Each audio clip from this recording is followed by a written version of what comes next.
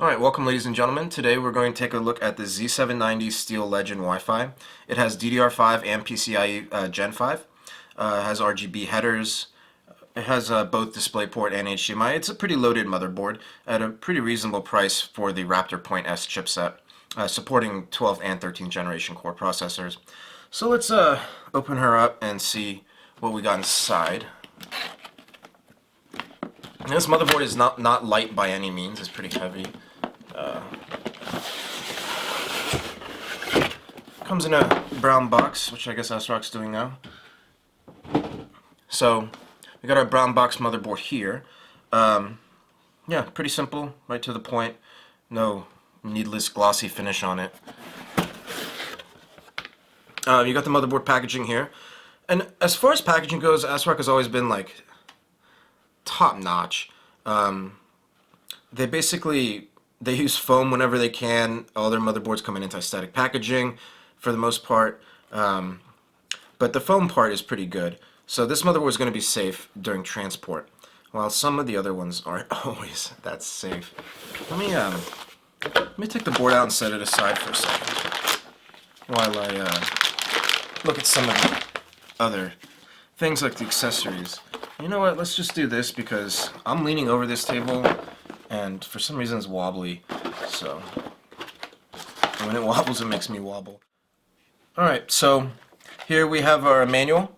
Now we're very happy to see a manual because if you haven't noticed from our previous experience with some of the more recent boards from Intel and AMD from certain manufacturers don't really come with paper manuals anymore, which is a shame because the manual for the motherboard is probably the only manual you need to use for any electronic device inside your computer.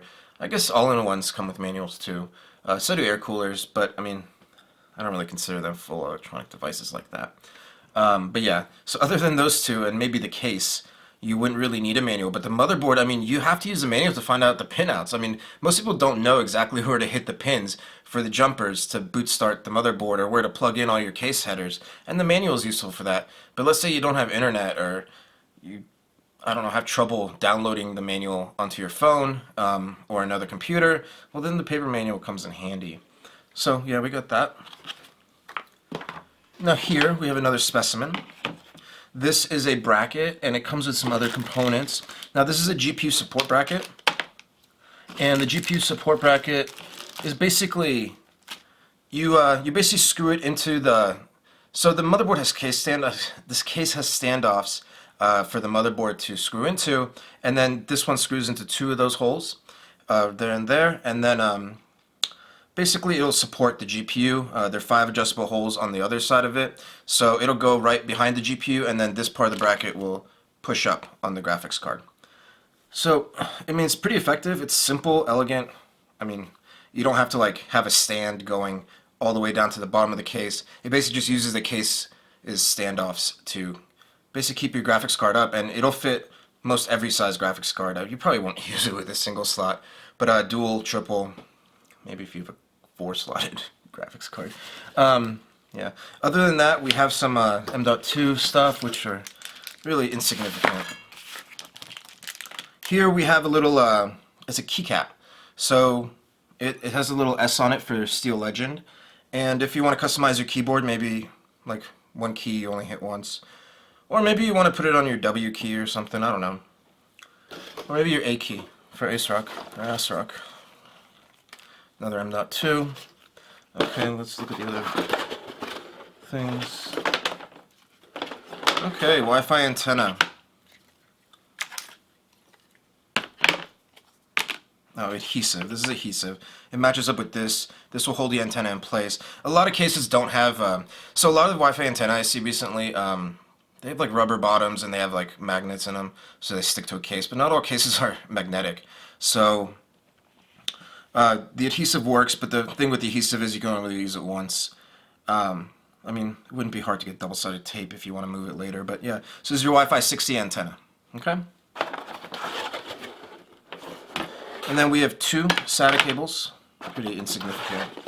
You do have 8 SATA ports on this motherboard, which is also pretty significant, but yeah, you have 2 cables, 2 Velcro ties, and a postcard. Yeah, ASRock's been doing this postcard thing for a while. It's kind of cute. Yeah. All right, cool. So let's look at the board. All right, this is the motherboard as a whole, and as you can see that the color scheme is basically black and white, and you have some like black and white camo going on. These only reflective parts are here and here. The actual heat sinks are anodized aluminum, and they're not reflective. So if inside a case, you're going to see this as white and black, and it's going to have a sleek little aesthetic. I've seen a lot of ads actually on like Facebook recently, where ASRock is actually pushing this board in mods and stuff, which is pretty cool. I guess since we're in the broad view, we might as well cover the PCIe layout. So this top slot here is PCI 5.0 by 16. This one right here is PCI 4.0 by 4. And this last one down here is PCI 2.0 by 2. So you basically have 3 generations of PCIe going downwards, all mechanical 16 by 16 slots, but electrically by 16 by 8. By 16, by 4, and by 2. Now we do have some switching going on with this first PCIe slot. So let's take a look at our M.2. So we're going to undo some of these heat sinks and take a look. I think this one was already loose, so maybe I got it in. I'll get in this hole. Yeah, I think I can see that. Alright, so these heat sinks have their own thermal pads.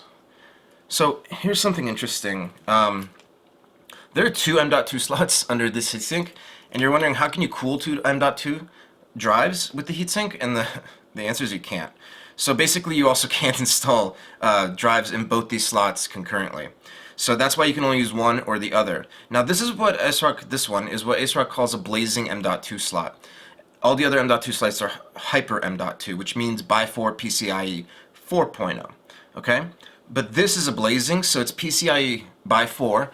It's NVMe slot, or 4 NVMe drives, a PCIe M.2 slot.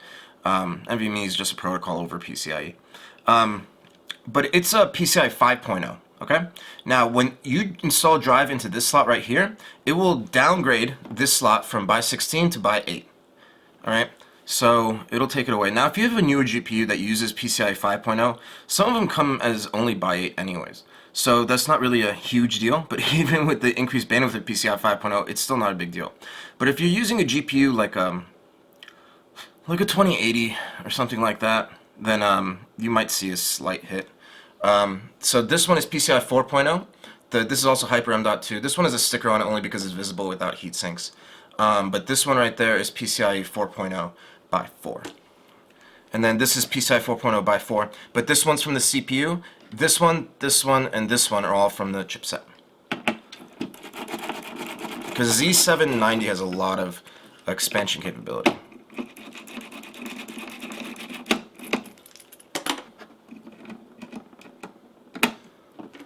Am I not doing it all the way? Oh, screwdriver is in the wrong position.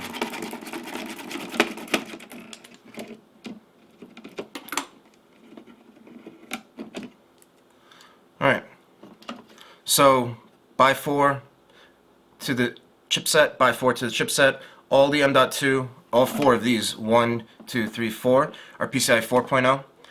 This is PCIe 5.0. These 2 come from the CPU. These latter 3 come from the chipset. Alright, and as long as we're covering M.2, we might as well mention that this is your Wi-Fi controller. It's from Intel. It's an AX211, very common on motherboards like this, and if you're going to charge as much as they do for the new chipsets, even from AMD and Intel, like the X series from AMD and the Z series from Intel, you might as well give everyone the latest Wi-Fi. So this is the latest Wi-Fi 6E. It's wireless AX. There's a little note that you need to use Windows 11 to basically... You have to use Windows 11 to get full capability for wireless 6E. Yeah, 6E, sorry. And then you also have an E display port here. EDP, and a lot of people have these like smaller 13-inch monitors inside their cases now for case mods and stuff, and so they can just directly plug in here and that will support your screen. Alright, I guess we're gonna zoom a little closer now. Well, actually, might as well do this part. Alright, let's get started with the rear I/O. So we have our Wi-Fi here, then you have HDMI and DisplayPort outputs from the internal graphics. Oh, I should explain that the EDP port on the motherboard comes from the internal graphics of the CPU as well. And then you have 8 dark blue USB 3.2 two Gen 1 5 gigabits per second, formerly known as USB 3.0 ports. 4 of those are from a hub that's connected to the chipset, and then 4 of those are directly from the chipset. Then you have, let me catch my breath for a second here. Then you have a Type A port that's baby blue. Right below it is a Type C port. That Type C port is like right there. Those two are 10 gigabits per second, so they're USB 3.2 Gen 2. They're directly connected to the CPU. Right next to that, above the last two USB 3.0 ports, is a 2.5 gigabit Realtek NIC. And then right next to it is the gold-plated 7.1 audio outputs with S/PDIF out. So you got the whole package there. And the whole I/O shield is integrated. Now, the way ASRock does the integration on this is to basically make it so it's not very stringent like you might see on some other motherboards. So it has a little bit of flex to it, which makes it, as I say, more compatible with different cases. So, yeah, that's the I/O.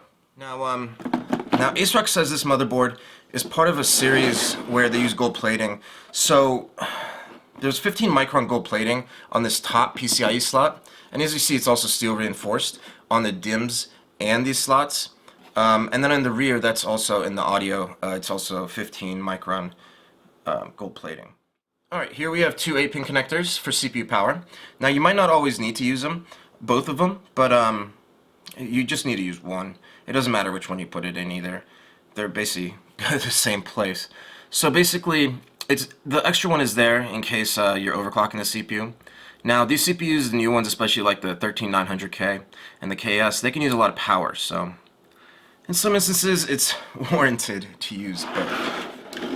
Alright, now here we have some fan headers. I guess I'll cover those now. This motherboard has a whopping 7 fan headers on it. The CPU fan header is right here, right in between the heatsink and the DIMM.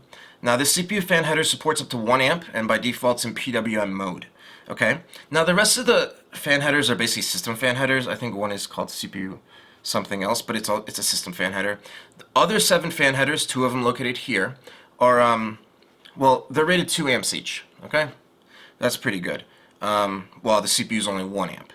Now here we have a addressable RGB headers, 2 of them. That's 2 of 3 on the motherboard. One's also in the bottom left-hand corner. Now these headers are 5-volt rated 3 amps. Moving along. Alright, going on to internal USB headers that we have here. Here we have this one is a Type C internal header. It is USB 3.2 Gen 2x2. Right next to it, these 4 pins right here are half of a USB 2.0 internal header. And then lastly here you have a USB 3.0 Gen 1, which is just USB 3.2 Gen 1, which is basically USB 3.0. Alright, moving along. Oh, here's another fan header. And then the other fan header is here, right next to the DIMMs. Moving along. You do have some LEDs here. They're status LEDs. So that's something you can use to diagnose the motherboard if there are any problems. These 2 sets of pins here are your front panel headers. These 4 are your 4 of your SATA. You have a total of 8 on this motherboard. They don't switch with anything. The other 4 are here. So yeah, that's cool. Because I usually don't see that many Intel motherboards with 8 SATA ports. Another 3.0 header here, or 3.2 Gen 1, 5 gigabits per second. Trusted platform module header here, USB 3.2 full header here, and then here you have 2 more fan headers, some Thunderbolt GPIO header, normal RGB header rated 3 amps at 12 volts, your last addressable also rated 5 volts but 3 amps, and then your audio header here. And then here's a closer shot of your EDP. So that should cover all of it. Oh, I should also mention, before we tear this down, that this motherboard, as you can see next to the VRM, all the capacitors on this motherboard are rated 12K. That's also part of ASRock's quality program that this motherboard adheres to. So they're rated 12K, which is for solid polymers. That's a pretty good rating and not typical. Alright, so let's flip her over and take the heatsinks off. So, as you can see, the back of the motherboard is pretty bare. which isn't the worst thing in the world. So it's got that going for it. As far as components go, I mean, look how clean this is. SMT on the DDR5 and the PCI 5, which is pretty common. I mean, I think it's the most common. I don't think I've seen a through-hole process used for DDR5 or PCIe 5. That's just, the integrity is not there for signaling, because the little through holes here and here, they can basically pick up noise, and those signals for the new Gen 5 stuff is extremely sensitive. There's only one chip on the back, and it's here. And yeah, and that's just for the Type-C switch controller logic chip from AS Media. So let's get started.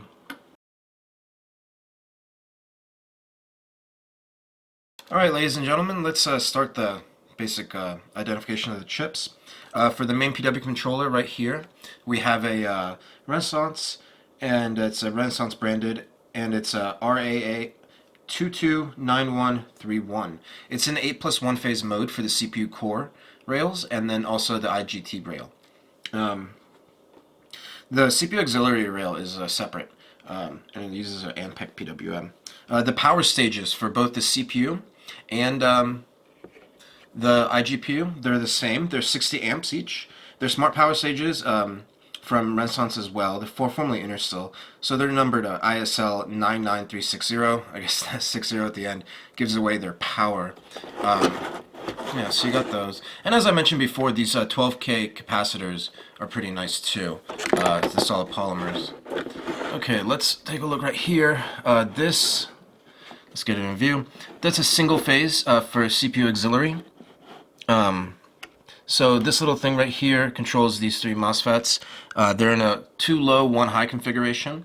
It's an Ampeg APW8828, and actually the DDR uses the same PWM controller, also single phase, different package of MOSFETs because of space constraints.